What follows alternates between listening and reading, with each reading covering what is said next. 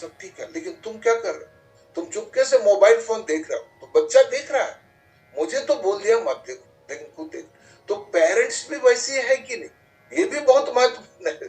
तो पेरेंटिंग का, जैसे मैंने ये बताया कि जैसे ग्रेटिट्यूड की बात है, उसको सीखने से उसका अंदर से अपने आप समझ में आता है। एक भाई, एक लड़के ने दूसरे अपने दोस्त से, पड़ोसी दोस्त से कहता है, इसको समझिएगा, ये कहानी बड़ा पहले से पढ़ा हुआ सभी को मालूम है, लेकिन उसको मैं इसलिए रिपीट कर रहा हूँ कि इस संदर्भ में वो बताना जरूरी है।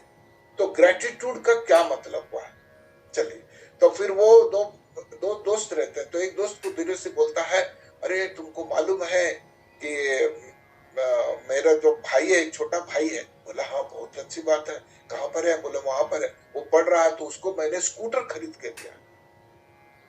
अब स्कूटर खरीद के दिया है, तो इसका मतलब क्या हुआ कि आप उस बच्चे को वो पढ़ाना चाहता है और आगे बढ़ाना चाहता है, तो उसको एक फैसिलिटी के नाम पे दिया, तो उसका उपयोग भी हो रहा, इसलिए बड़ी खुशी से बताया।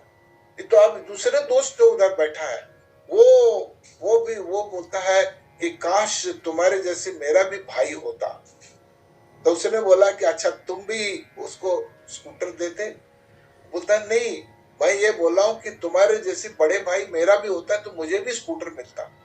तो दो लोगों का देखिए स्टेटमेंट, ये अपने छोटे भाई को देने की बात सोच रहा, वो क्या सोच रहा, मेरा बड़ा भाई होगा तो मुझे वो देता। तो आपको जब तक उसके अंदर से वो भाव नहीं निकलेंगे, वो कुछ नहीं कर सकते। तो उस भाव को निकालने के लिए, जैसे एक पिता ने बड़ा अच्छा एक्सपेरिमेंट किया।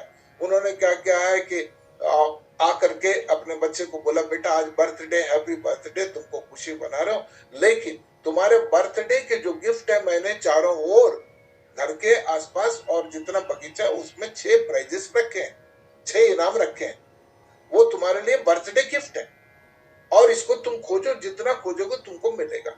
तो वो खोजा चारों ओर, कभी ऐसी खोजता रहा, कभी 3-4 मिला, बोला नहीं और तुम खोजो, और 2 मिल जाएंगे। फिर उसने खोजा तो 6 प्राइज मिल गया। तो बोले पापा मुझे समझ नहीं आता कि बर्थडे में हर साल आप कभी 4 देते हो, कभी 5 देते हो, कभी 6 देते हो, कभी 3 देते हो, ऐसे क्यों होता है? यही मुझे उत्सुकता है। ऑल्दो आप सरप्राइज करते हो, अच्छी बात है, मुझे ढूंढने में भी अच्छा लगता है, लेकिन मुझे एक बात समझाए। बोले बिल्कुल ठीक बोल रहा बेटा। बोले हर साल तुम्हारे जो परफॉर्मेंस, तुम्हारे रिजल्ट के अनुसार तुमको मार्क्स मिलते हैं, उसी प्रकार मैं तुम्हारे अच्छे काम, जो तुम्हारे मन से अपने अच्छे काम करते हो, कभी तुम बोलते हो कि पापा आज मंदिर चले, कभी बोलते हो कि आज हम अनाथ आश्रम जाके कुछ लोगों को कपड़े दे दें, क्या पुराना कपड़ा हमारे पड़े हुए। तो जब ऐसी बातें मैं सुनता हूँ, मैं भी नोट करता हूँ, तो मैं देखता हूँ कि इस साल इस बच्चे के दिमाग से 6 अच्छी बातें निकली है, तो इसको 6 प्राइज देना चाहिए। और जिस दिन तुम अच्छा रिजल्ट लाए हो, अच्छा बात किए हो, अच्छा किए हो, तो वो अगर चार अच्छी बातें करते हो तो 4 दूंगा। अगर किसी दिन तुम 12 अच्छे काम करोगे तो 12 प्राइज दूंगा, मेरे कोई बात नहीं है। और फिर दूसरी बात है, ढूंढने की बात करते हो, ढूंढने इसलिए मैं बोलता हूँ, इस दुनिया में बिना मेहनत किए, बिना ढूंढे, बिना डिस्कवरी के तुमको कुछ नहीं मिलेगा। जब तक तुम अपने पैरों में खड़े होकर के चारों तरफ से नजर रखो कि अपना ऑब्जर्वेशन से देखोगे, तब तक तुमको जो चाहिए वो मिलता है, डायरेक्टली तुम्हारे पास नहीं मिलेगा। अब ये पेरेंटिंग का देखिए कितनी बड़ी चीज है।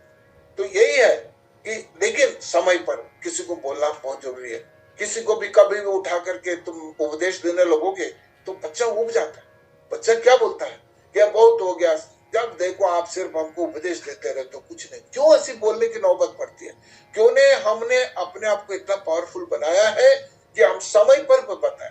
तो वही है कि एक ताड़ के पेड़ के ऊपर में एक लड़का बैठा हुआ था, ऊपर में 40 फीट दूर पे, और नीचे उसके पेरेंट, मतलब उनके पिता नीचे बैठे थे। तो उसका एक दोस्त आया स्कूटर में, बोला अरे ये लगता है कि तुम्हारा लड़का है, वो इतना 40 फीट ऊपर में चढ़ा हुआ है। अरे उसे डर नहीं लगता, उसको समझाओ भाई धीरे धीरे आए। तो ये पिताजी ने कुछ ध्यान नहीं दिया। फिर जब वो 30 फीट आया तब भी बोला, अरे भैया देखो उतर रहा है, उसको संभालो। तो वो तब भी नहीं बोला। 20 फीट आया तब भी नहीं बोला। 10 फीट आया तब भी नहीं बोला। 5 फीट आते साथ में तुरंत उनका पिता जो है, जो बैठे बोलते हैं, बेटा संभल के उतरना। अब इसको समझ में नहीं आया, उसको दोस्त, अरे जब 40 फीट में था मैं चिल्ला चिल्ला के बोलो ही नहीं बोला, लेकिन 5 फीट आ गया है, जमीन के पास आ गया है, तब ये क्यों बोला? तब उसका पिता जो बोलते हैं समझ।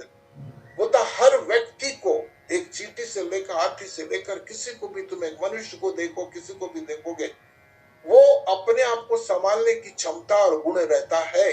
जैसे मेरा बच्चा 40 फीट में था, 30 फीट था, 20 फीट था, 10 फीट था, वो अलर्ट था कि मैं गिर ना जाऊं, लेकिन जैसे 5 फीट आता है, जमीन के पास आता है, तो असावधानी बरतने लगता है। अरे अब तो नजदीक आ गया। बोलता हाथ पैर सिर्फ ऐसे में ही टूटते हैं, ऊपर से कोई नहीं गिरता। वो तो उसी प्रकार पेरेंटिंग में उसने बोला, उससे सबक क्या सीखे इस कहानी से? इस कहानी से सबक ये सीखते हैं कि जब चाहे तब जाके अपने बच्चों को टोका पीटी मत करिए, उसका आपका बात का कोई मूल्य नहीं रह जाता। एक माँ है, हमेशा बोलेगा अरे